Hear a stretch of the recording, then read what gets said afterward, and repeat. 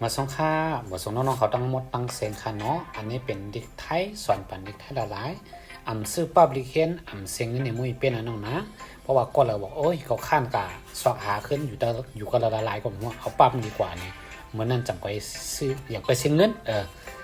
เหมือนในค่ะเนาะเหมือนในที่มีล็อกลายงานรองงานเล็กอินเคยมีหลายๆเมียวเนาะตัวเพียดมันก็มีหลายๆเมียวนะน้องนะตัวที่หนึ่งค่ะเลือกเนาะสระเอื้อเหแลสระเอื้อแลลอลิงเหกอไก่อันนี้ห้องเอามาเป็นตัวก้าแพทย์นะน้องนะรอเอื้อกอเลือกค่ะออกเสียงจำตานะน้องนะผอเอื้อกอเผือกเผือกอกออวกอันนั้นแล้วก็ออูกออวกนะน้องนะอันนี้ค่ะอันนี้ออกเสียงยักษ์ออกเสียงจำตารอกอรกรออูกอรกนี่วายก็แล้ว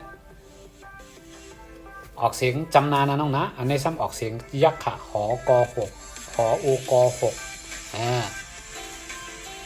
สอนเป็นน้องๆเขาคือเอากับเจอการหาเงินนะเหตุการณ์ให้ได้เจอการเนี่ยแล้วเรื่องเงินน่ะมีเก่าเจออ่องปล่อยนะ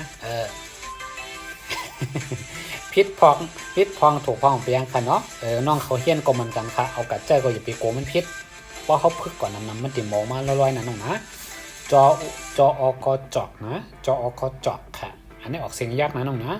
หมายถึงว่าจ้าคอยก้าเพชรนั่นนะค่ะตรงนี้เนาะอันนี้ครับผ้ารา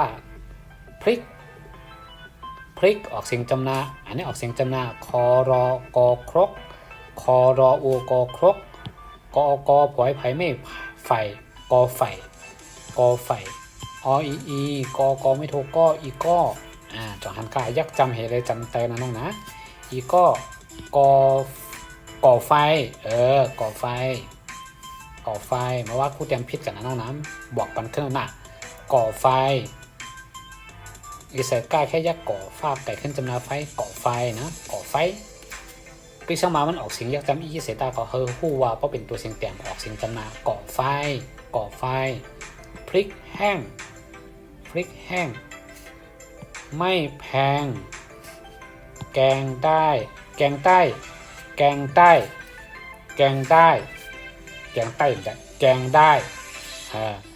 ไล่แพะเรียก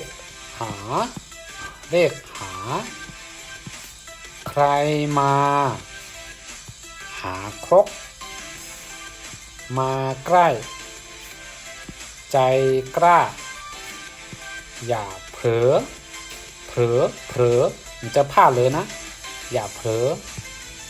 เลิกผักน้องเขาได้ยินนะเลิกเผือกอกรกหกจอกพริกครกกอไผ่กอไฟ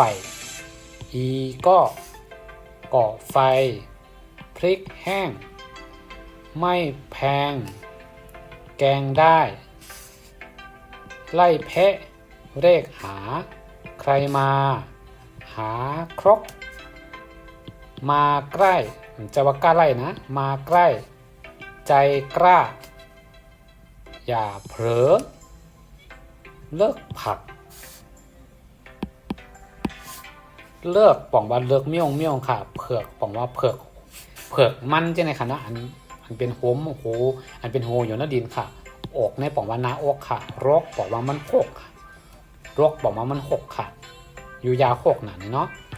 หกค่ะหกในป่องว่า6 7 8 9จอกแน่ผ่านค่ะจิ้งจอกนั่นน้องนะพริกหมักพริกค่ะครกป่องว่าโคกอันเขาตำหมักพริกเนาะกอไผ่กอไม่สร้างค่ะอีก้ออันนี้ก็เหมือนก้ามแป้ครับอีกอค่ะเนาะก่อไฟป่องว่าเสิร์ฟไผ่ค่ะพริกแห้งป่องว่าหมกพริกแห้งไม่แพงป่องว่าปอกาแกงได้เฮ็ดหงแล้ววะก็ได้